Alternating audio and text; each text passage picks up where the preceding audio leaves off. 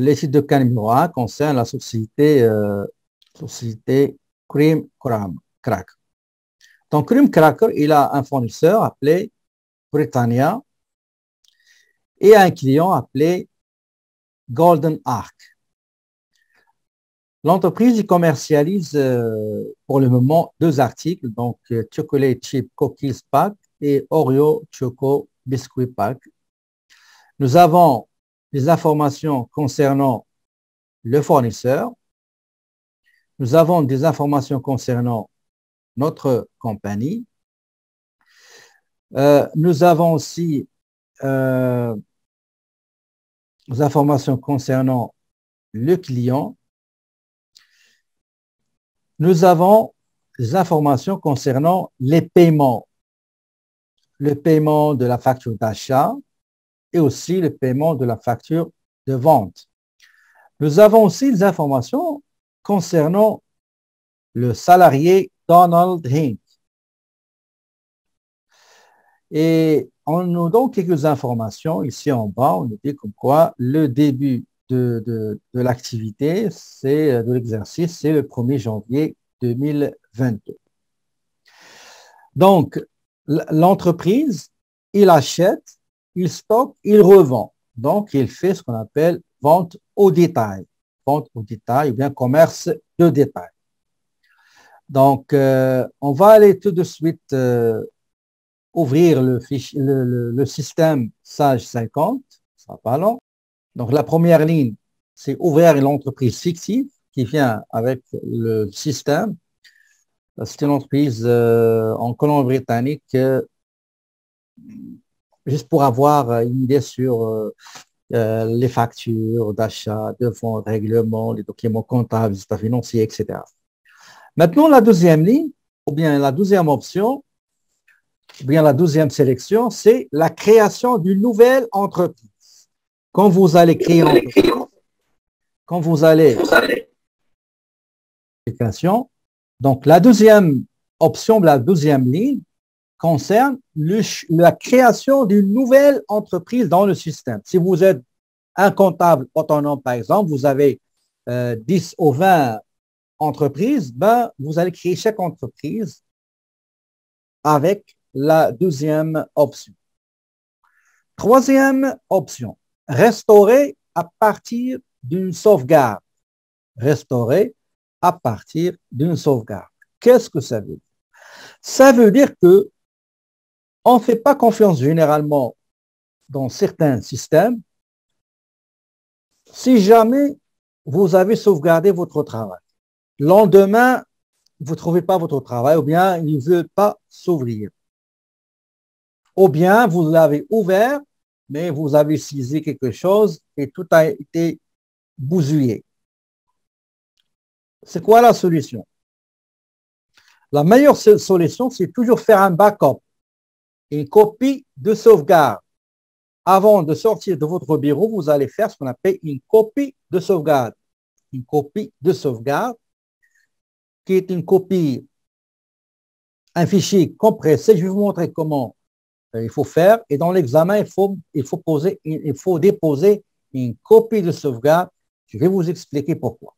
D'accord? Ça, c'est troisième choix, c'est restaurer à partir d'une sauvegarde. Qu'est-ce que ça veut dire? Ça veut dire que hier, vous avez fait une copie de sauvegarde. Aujourd'hui, vous désirez récupérer cette copie de sauvegarde, restaurer cette copie de sauvegarde, rétablir cette copie de sauvegarde. Pour l'ouvrir, il faut utiliser la troisième option. Maintenant, la quatrième. Sélectionnez une entreprise existante. Vous avez 30 entreprises dans votre portefeuille, A, B, C, D, etc. Vous désirez juste l'entreprise L. Vous cliquez sur sélectionner une entreprise existante et vous allez chercher l'emplacement où se trouve, où il est enregistré votre entreprise. Malheureusement, dans ce système, il ne vous donne pas, au moment de la sélection, il ne vous donne pas la liste des entreprises sans aller les chercher dans l'emplacement. Ça, pour moi, c'est un inconvénient. C'est une anomalie inadmissible. Par contre, le logiciel qu'on va voir lors de votre dernière session qui est Acomba. Donc, Acomba, vous ouvrez Acomba, vous avez une liste de toutes les entreprises créées dans votre système. Vous cliquez, c'est lui qui va aller les chercher. Ça, il vous demande d'aller chercher l'emplacement. Si vous oubliez, si vous ne savez pas où se trouve votre fichier, vous ne pouvez pas l'ouvrir. D'accord? Dernière option, ouvrir la dernière entreprise sur laquelle vous avez travaillé. Admettons, hier, je travaillais sur 3 ou 4 entreprises. J'ai fini à 4h30. Lendemain, je viens et je veux, par exemple, travailler sur la dernière entreprise. Ben, vous allez sélectionner, ouvrir la dernière entreprise et vous avez, regardé en bas, vous avez le nom de la dernière entreprise. Vous confirmez ça en cliquant sur OK. Si jamais vous n'aimez pas cette fenêtre, ben juste vous cochez ne pas afficher la fenêtre, sélectionner une entreprise au démarrage. Ça, vous pouvez l'enlever. Si vous voulez la version en anglais, vous cliquez sur English ici. Si vous voulez switcher vers le français, vous n'avez qu'à cliquer sur français, vous aurez l'interface en français. Si vous voulez switcher en anglais, vous cliquez anglais, English. Sinon, c'est français. OK? Et cliquez sur créer une entreprise. Je clique sur OK, une petite fenêtre encore une fois, comme ça. On a des étapes, on va passer par des étapes. Donc, eux, ils ont mis 1, 2, 3, 4, 5, 6. On va respecter cette cascade-là pour pouvoir créer et configurer l'entreprise. Vous avez le mot de bienvenue. Bienvenue à l'assistant de configuration d'une nouvelle entreprise. Cet assistant vous aidera à configurer rapidement et facilement votre entreprise. Vous cliquez, s'il vous plaît, sur suivant. Donc, il y a des informations signalétiques, des informations contacts, etc. concernant l'entreprise. On commence par le nom. S'il vous plaît, ne saisissez rien si je ne vous donne pas le feu vert. S'il vous plaît. Quand je vous dis saisissez, vous commencez à saisir, s'il vous plaît. Donc, allez-y, on va saisir le nom de la compagnie qui est Cream Crack. Donc, Cream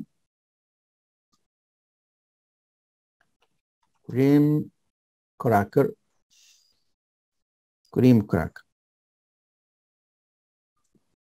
Incorpore, Inc. Maintenant, allez-y, on va saisir ensemble l'adresse. Allez-y, donc 1, 2, 3. Holidays. Si jamais vous avez une longue adresse,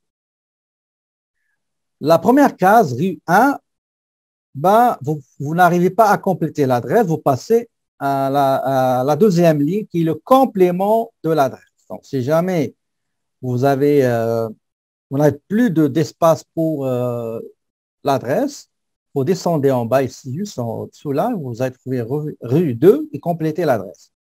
Maintenant, la ville. Allez-y, on va saisir la ville qui est Montréal.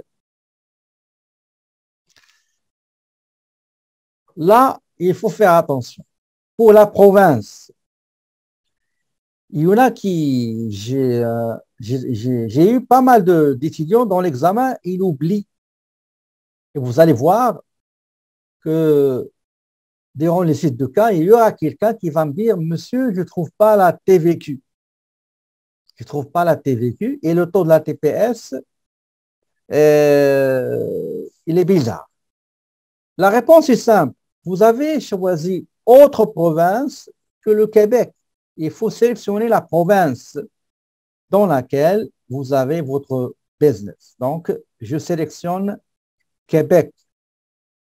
Ici, on vous donne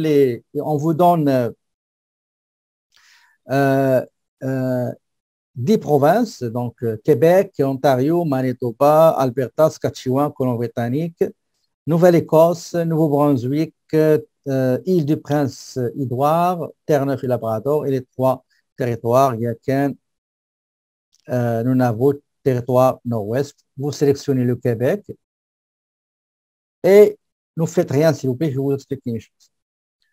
Le code postal, vous pouvez l'écrire en minuscule et le logiciel, il va le convertir en majuscule. D'accord? Il va le changer en majuscule. Exemple. Donc, je vais écrire, allez-y, écrivez-le en minuscule. Donc, H, pas de séparation, donc attaché. Donc, H, 2, H, 2, H2. OK? Et vous vous arrêtez. Donc, le code postal, je l'ai saisi en minuscule. Une fois vous faites tabulation, une fois vous pesez sur tabulation, vous aurez les lettres en majuscule avec la séparation entre les six caractères alphanumériques qui composent le code postal. Dans le logiciel qu'on va voir lors de votre dernière session, même si vous écrivez en minuscule, le système, il le prend tout de suite en majuscule. D'accord? C'est une bonne chose. Le pays, allez-y, on va saisir le Canada. Là, c'est un problème. Moi, j'ai saisi Montréal, Québec, et pourquoi il me donne le pays? Normalement, il faut qu'il me donne Canada automatiquement. OK? Si j'ai mis uniquement Montréal, peut-être il y a autre ville, Montréal au monde, peut-être, mais j'ai sélectionné la province, c'est le Québec. Le Québec, il y a une seule province appelée le Québec. C'est le Québec là dans laquelle on vit ensemble ici. Donc, et pourquoi vous me demandez de saisir le pays? OK? Le téléphone. Regardez le téléphone, ne faites rien, je vais le faire tout seul, s'il vous plaît. Le téléphone, vous allez écrire, pas maintenant, après que je vous donne le feu vert. Vous avez les chiffres du numéro de téléphone, on va les saisir attachés sans faire les séparations entre parenthèses. Regardez ce qui va se passer. Regardez, ne faites rien, s'il vous plaît. Le téléphone, c'est le 514, le 888 et 8788. Allez-y, s'il vous plaît, faites comme moi. Donc, si c'est 514, 888, 8788. Une fois, vous allez peser, cliquer sur tabulation, 1, 2, 3, et voilà. La mise en page du numéro de téléphone, il va se faire automatiquement. OK? Il va se faire automatiquement. On passe maintenant au deuxième téléphone, qui est, pas le téléphone, le télécopieur, ou bien le fax. On va faire la même chose. Donc, 514, 888, 888, 7. Tabulation. Et vous avez les séparations entre les 7 derniers chiffres composant le numéro de téléphone. Et vous avez l'indicatif Montréal, entre parenthèses. Le courriel. On a un courriel ici. C'est contact. On va le saisir. Donc, contact @commercial creamcracker.com. OK. Tabulation. Le site web, ça se voit que c'est creamcracker.com, donc www.creamcracker.com. OK? Donc, voilà les coordonnées, les informations, malgré que c'est peu, ces informations-là. Contrairement à l'autre logiciel qu'on va voir, il y a beaucoup d'informations à saisir, mais ce n'est pas grave. Donc, c'est juste une version scolaire moins développée, mais ce n'est pas grave. Okay? Donc, je vais vous attendre le temps de finir le remplissage et la saisie des informations concernant l'entreprise. Je clique sur suivant. Voilà, suivant. Et il me demande le début de l'exercice financier. Le début de l'exercice financier. Un exercice comptable ou financier ou fiscal pour une entreprise individuelle, personne physique, ou bien une entreprise de personnes comme le société collectif, toujours c'est l'année civile, c'est du 1er janvier fin avril. Pour les entreprises comme les entreprises incorporées, il faut compter 12 mois. Par exemple, on crée une compagnie le 20 janvier 2022. Donc, le début de l'exercice, ce n'est pas 20 janvier, c'est le 1er février. Le 1er février, c'est le début de l'exercice. Et ça va après 12 mois, ça va se terminer le 31 janvier 2023. D'accord? Pour notre cas, la date début de l'exercice, c'est le 1er janvier 2020. Regardez, écrivez la date comme tel indiqué. Donc, jour, c'est 01, le mois 01, l'année 2022, et vous allez cliquer sur tabulation. La fin de l'exercice sera calculée automatiquement, d'accord? Ou bien déterminée automatiquement. Donc, vous mettez juste début exercice et vous aurez début et fin de l'exercice.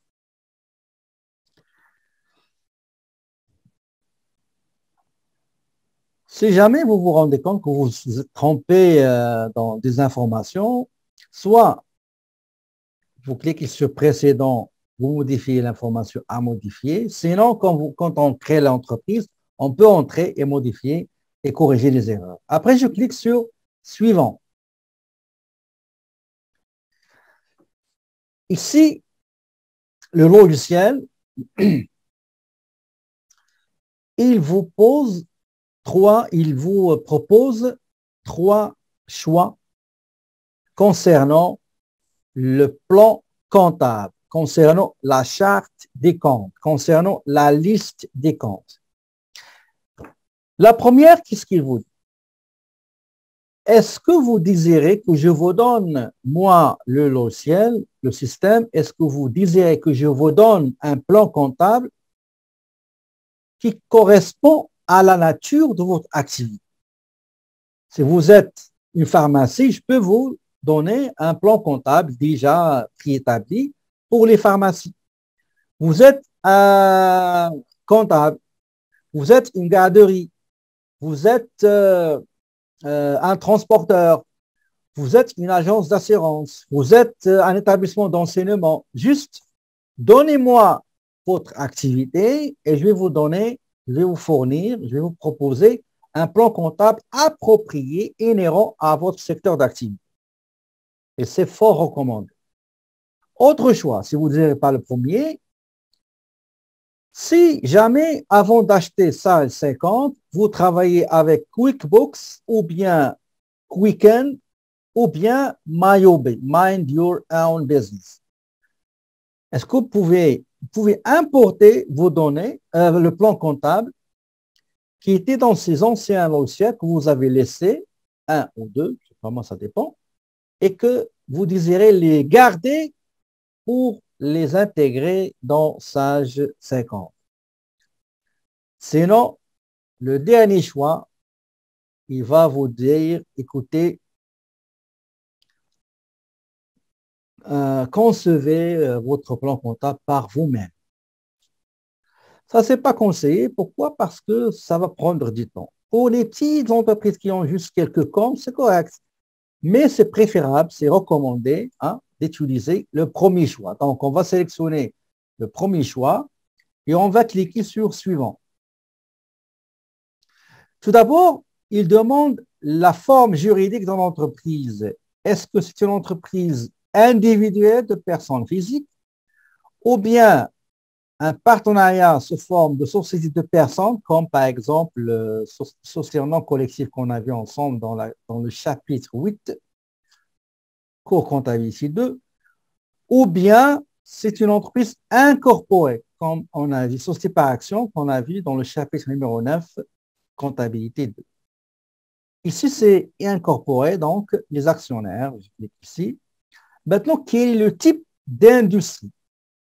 Est-ce que l'agriculture? Est-ce que c'est commerce de détail, construction, fabrication, hébergement, immobilier, loisirs, profession libérale, restauration, euh, organisation ou bien association sans but lucratif, etc.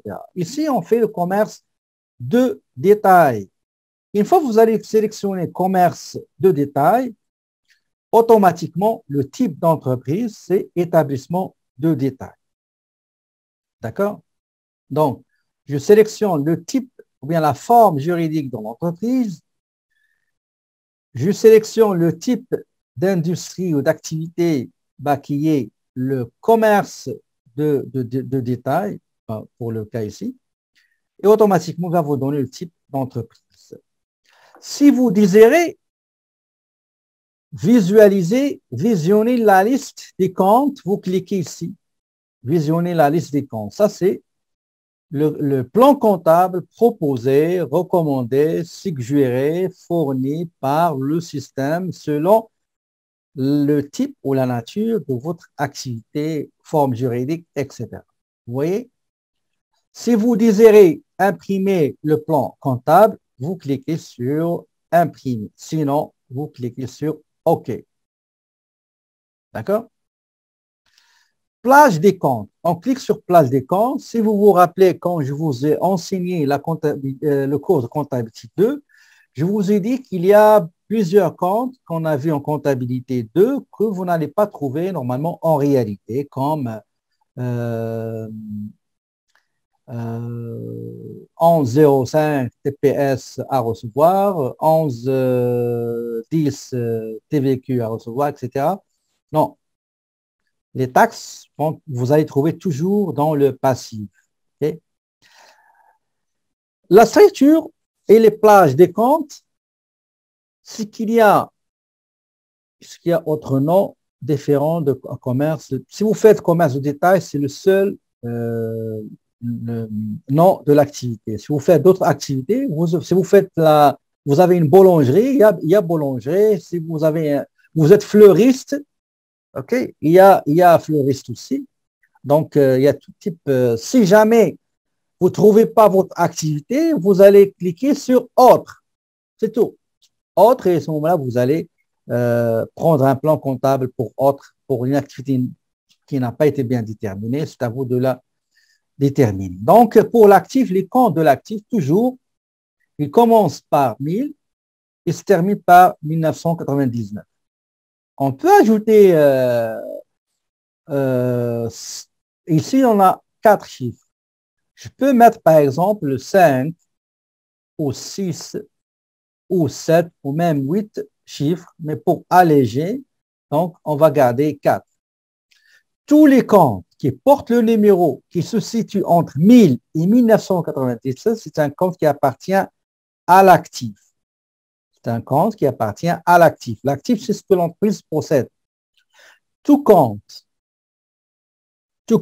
qui porte un numéro qui se situe entre 2000 et 2999, c'est un compte de passif. C'est un compte de passif. Tout compte qui se situe entre 3000 et 3999, c'est un compte qui appartient soit à l'avoir des propriétaires, soit au capital social. Tout compte qui porte le numéro 4000 jusqu'à 4999, c'est un compte de produits, de revenus, de recettes. Si un compte comporte un numéro qui se situe entre 5000 et 5999 appartient à la catégorie ou la famille des charges. Vous pouvez trouver d'autres logiciels qui ont un raisonnement tout à fait différent, comme le logiciel qu'on va voir lors de votre dernière session à combat. Il utilise 1000, il utilise 2000, il utilise 3000, 4000, 6000, même 6000, 7000, 8000, 9000. OK? Je ferme cette petite tableau-là. Je clique sur suivant. J'ai le nom de la compagnie, Cream Cracker. Moi, je vais modifier le nom. je vais ajouter, pardon, je vais ajouter la date d'aujourd'hui, donc 2022, 02 11. Je vais mettre votre groupe 519, ok, et je mets société Cream Crack. Pourquoi? Parce que à chaque fois que je vais faire des copies, je dois savoir par date quelle est la copie que je cherche. Une fois que vous avez, soit vous avez gardé le nom donné par défaut, soit le nom que vous avez modifié, avant de cliquer sur suivant, il faut indiquer au logiciel l'emplacement dans lequel il va enregistrer votre travail. Okay? Moi, je vais aller au bureau. OK? Je vais créer un dossier. Je vais créer un dossier, ça sera pas long. Je vais l'appeler, par exemple, Sage 50, groupe 519. Voilà, c'est ici que je vais enregistrer les travaux qu'on va faire ensemble et je clique sur OK. D'accord? Voilà, OK. Et je clique sur suivant pour finaliser la création. Suivant. Quand vous allez cliquer sur terminer, la création de la base de données, ça va prendre un petit peu de temps. Ça remet un petit peu avec de la patience. Donc, je clique sur suivant. Donc, une fois la base de données a été créée, donc le seul message que vous allez recevoir, c'est le message de félicitations. Vous avez créé votre entreprise, blablabla, voici quelques tâches à tenir en compte pour les prochaines étapes, etc. Lire le guide, machallah, etc. Donc, vous cliquez sur fermer pour avoir l'interface d'accueil du système. Donc, je clique sur fermer. Donc, une fois vous confirmez la création, ben, vous aurez cette interface. La mise à jour proposée. Non, on ne fait pas de mise à jour pour le moment. Okay? Donc, gardez la version actuelle. La version actuelle, c'est à propos, attendez, vous allez ici, la rubrique aide, à propos de Sage. La version qu'on a ici, c'est 2021.0. Okay. Est-ce que vous avez la même version? Quand vous finissez la création de la base de données, ça c'est l'interface. Regardez, vous avez les modules à gauche. OK? Ça, c'est ce qu'on appelle l'interface améliorée. Il y a l'interface classique et l'interface améliorée. L'interface améliorée, c'est celle-là que vous voyez. À gauche, vous avez les modules client, vente, fournisseur, achat, stock et services, employé et paie, etc. Et vous avez la version classique en haut à droite. Regardez, en haut à droite, vous avez passé à la vue classique. Passez à la vue classique, vous cliquez et vous avez classique, les choses qui concernent le quotidien, les affaires, ce qui est général, plan comptable, journal général, rapprochement et dépôt bancaire, fournisseur, achat, paiement, client, vente, les clients, les ventes, encaissement, la paie, stock. OK, mais généralement, on n'utilise pas cette version classique, on utilise par contre la version améliorée et avec la pratique, vous allez pourquoi on fait ça. OK. Donc, voilà, on a fini la création de l'entreprise dans le système. Après la pause, quand on va retourner, on va commencer à paramétrer et à configurer les modules client, vente, fournisseur, achat, stock, etc.